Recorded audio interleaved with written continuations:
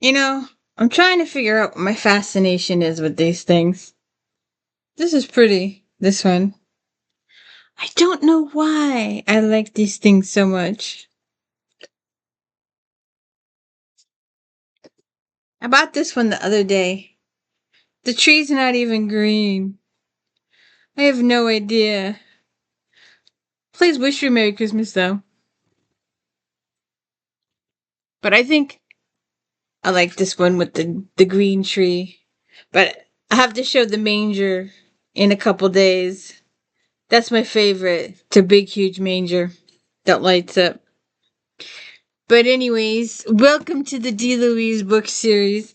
I'm Christina, Kristina. This is where we read books and talk about books. No special effects, no theme music, none of that fancy schmancy stuff going on here. And we are on book 5 of the Sherlock and Savich FBI series. And they are Sherlock and Savich. We met Dylan in book 1, and then we met Sherlock in book 2. So they had book 2 and 3 kind of alone. Now 4 and 5, they play the extras, they play the backups characters. We have 2 main characters, usually one law enforcement, one not law enforcement. And then we have Sherlock and Savich come in to be backup characters and to assist and to bring Max or Maxine, depending on the mood, with them. And, we have Rebecca Matlock, and she works for the governor. And I was always wondering why the governor didn't use his influence or say, hey, look, she's having these problems. Why don't you help her out? No, she went to the cops and said, I'm being stalked. I'm getting these harassing phone calls. Now, remember, when these books were written, they were back in the 80s. So we did have phone taps, but we didn't have the internet. We didn't have all the interesting gadgets we have today. So when this book was written, we didn't have all that technology. So she went to cops and they thought she was Looney Toony because none of the stuff could be proven. And they kept sending her to shrinks. And even the shrink didn't believe her. And I was like, why doesn't the governor, say, hey, look, this is a serious thing. This is really happening. Her stalker's a real person. And none of the people believed her at all. And then the governor gets shot.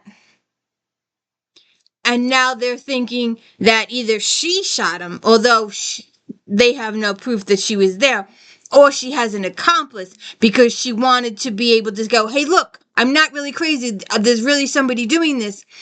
And so they really think, and they say she's a person of interest.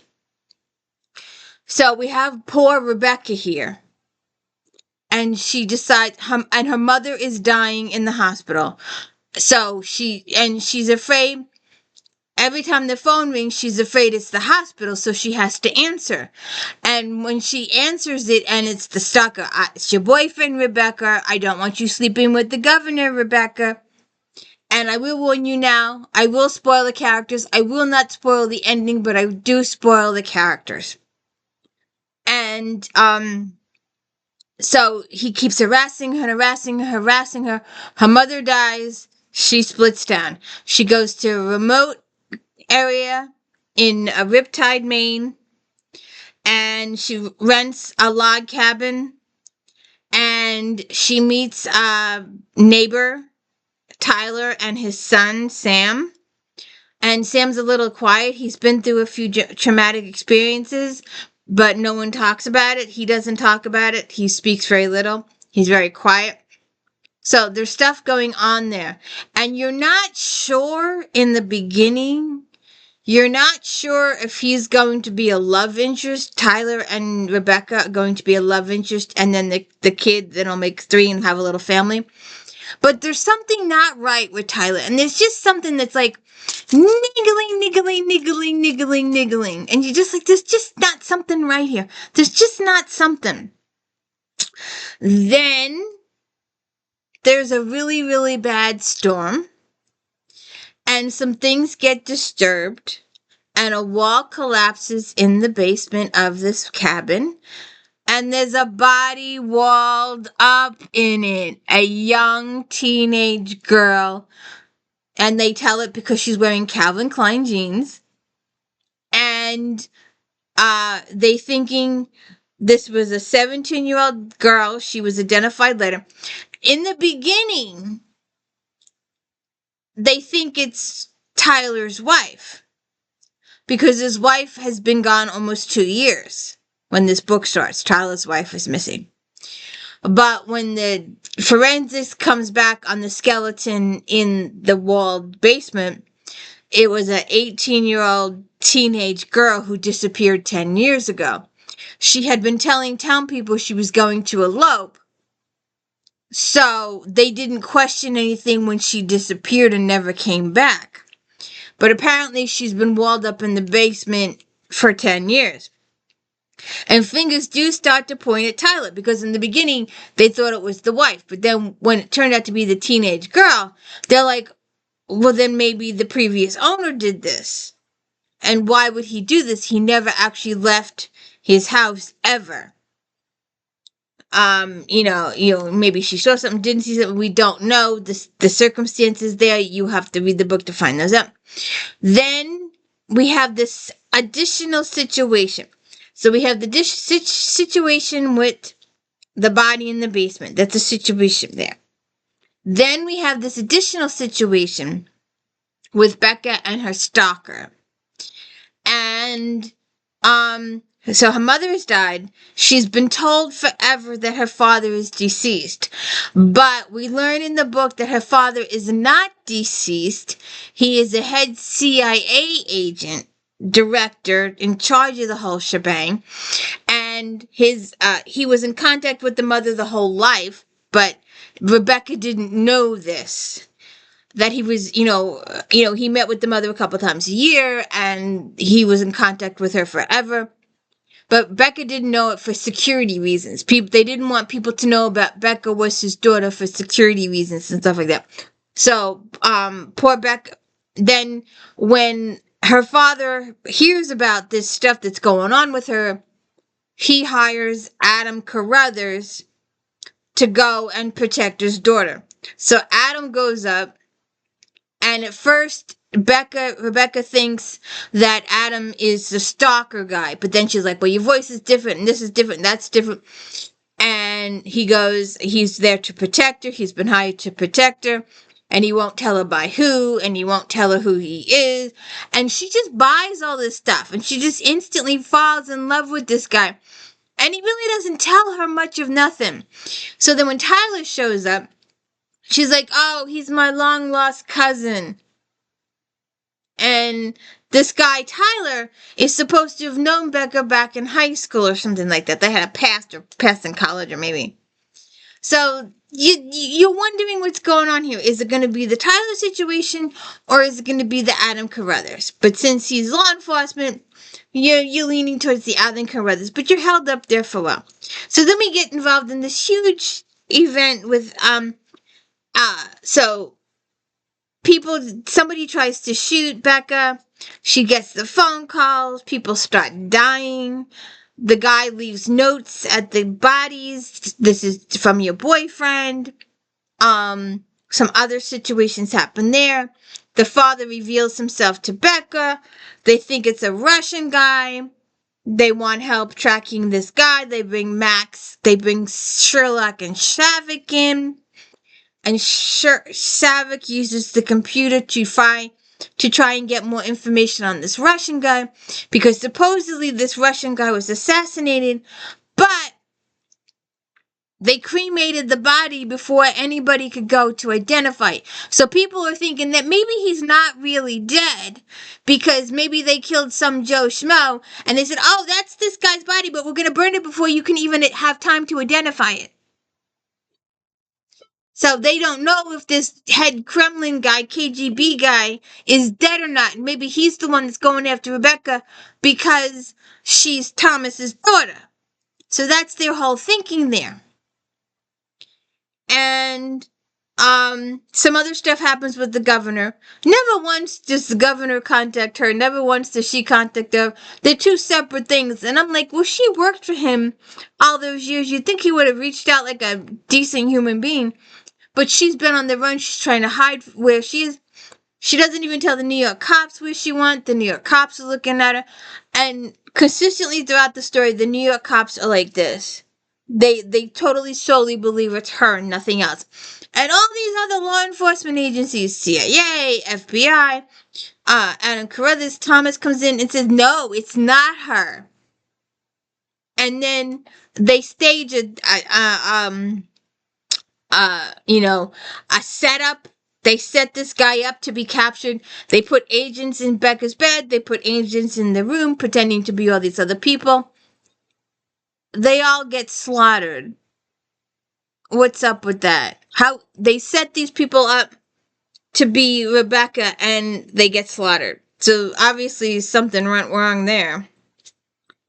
But so we have, those are your situations. We have Becca with her stalker, who is a serial killer who has serious mental issues. Then we have the stuff with Tyler. Now, did Tyler kill that girl in the basement? Did he kill his wife? What happened to his wife? She's just missing through the whole book. You don't see him very much. He makes brief appearances throughout the book. And sometimes that's a clue. And sometimes it's not. But you'll have, you read books where the killer comes, oh, hi! You get, oh, that's Joe Smo down the block. He runs this store, blah, blah, blah. And you never see them again. And then there are other books where the killer is a consistent throughout the entire storyline. And then you have books like this where the killer or supposed killer or maybe the killer, because you don't really know, makes brief spotty appearances throughout the book. Because in the beginning is a heavy presence, but as Adam takes over the position as boyfriend, Tyler's position gets less and less and less and less. Plus the fact that they leave town a couple times because the stalker boyfriend is still doing the phone calls. So obviously they become two different situations. And Becca, at one point Sam gets kidnapped, and there's a whole confusion of why would this stalker boyfriend kidnap the kid, that he wanted her to go back to Riptide, and why. So there's a situation there. So we have the situation, the romance with Adam Carruthers. We have the situation with the stalker and who he really is and who his really identity is. Becca getting to know her father. And the background situation with Tyler and Sam, and what happened to the girl that was walled up in the basement, like in the Casa Animado. Edgar Allan Poe's a cast of, I can't even say it, Altamado. But you know what I'm talking about. So, that's your little itty bitty book. This printing was microscopic, but it's a good book, it's a good story, it's a quick read.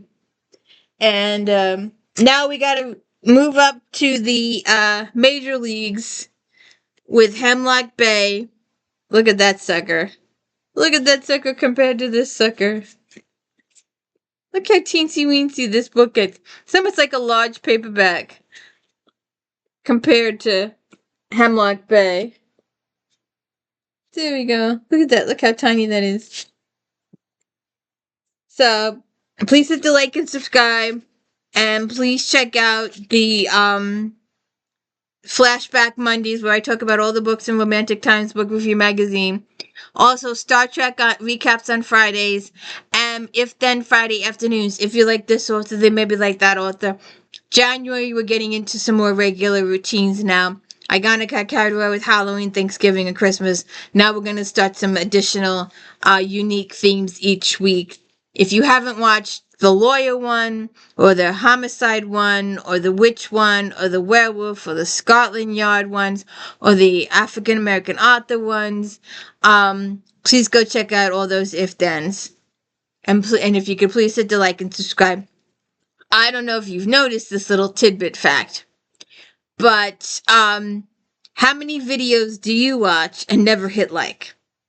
How many times do you see a video, even if it's by a popular person, and look, just glance at the number of views and then glance at the number of likes.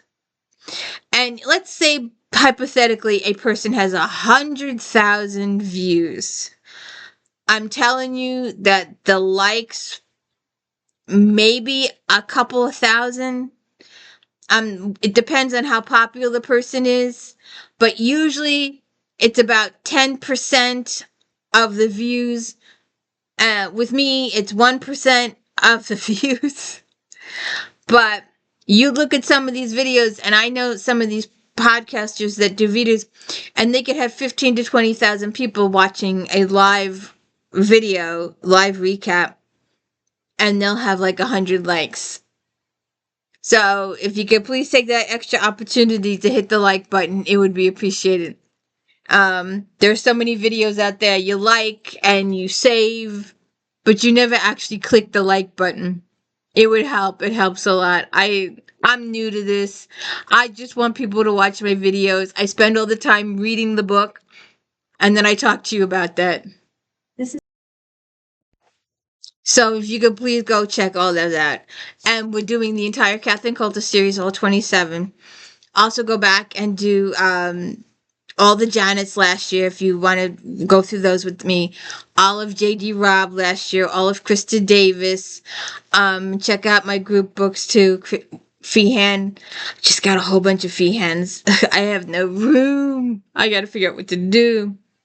But I can't do anything till Christmas, till the decorations come down. Oh, and this is airing after Christmas. Oh well. Please hit the like and subscribe. Thank you so much.